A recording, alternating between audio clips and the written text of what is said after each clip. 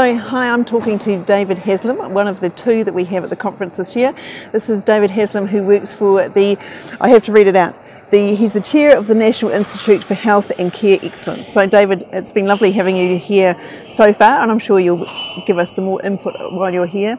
This morning you told us to shut up and listen. Yep, absolutely. So I think if you just explain to people what you were talking about. Yeah, I wasn't telling the audience to shut up and listen, but very nicely they did. What I was saying, for me, one of the critical parts of general practice is the consultation. And there's all sorts of fantastic academic models that have been produced about how you should consult.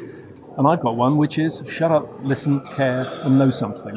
And actually, I'm not being facetious. I think those do cover all the bases. The evidence is that the average doctor in the UK or the US interrupts their patients after about 14 seconds, just to start throwing in a doctor-centered question about where did you say it hurt, or whatever. Whereas if the evidence again says if you wait 2 minutes, just let your patient get the story out, you'll save so much time in the long run. So shut up, listen, care, be interested in the person you're talking to. It's not psychobabble. I'm not just being precious about this. If you're really interested in the human being facing you, all those things that we're taught to do in the consultation about introduce yourself and make eye contact and so, you'll do them. Because you're a human with a human. And then know something. Well, that kind of matters as well. And you were saying something about GPs and how we know a lot. Well, GPs, what I was telling the story of some years ago, one of my jobs was to look at the curricula of all the medical specialties in the UK. And of course, the specialty with the biggest curriculum and the smallest length of time in training is general practice. The amount that you have to know about anything and everything that can come through your door is really quite remarkable. So as I said, it's really a good thing that GPs are remarkable people because they have to do this. And in your guidelines role, what sort of new and exciting things are you doing at the moment? Well, the real challenge in guidelines is the problem of multimorbidity, because most guidelines traditionally produced by most people have been focused on single conditions, like high blood pressure or asthma or whatever. But the reality is that there are more people with 2 or more long-term conditions than there are with one long-term condition.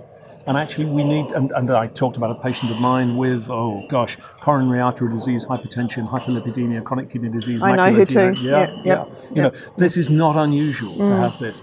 But if you take all the single condition guidelines and add them together, you'll probably have overtreatment, polypharmacy, drug interactions, all the rest of it. So it's really critical that doctors focus on the individual human and apply the guidelines appropriately.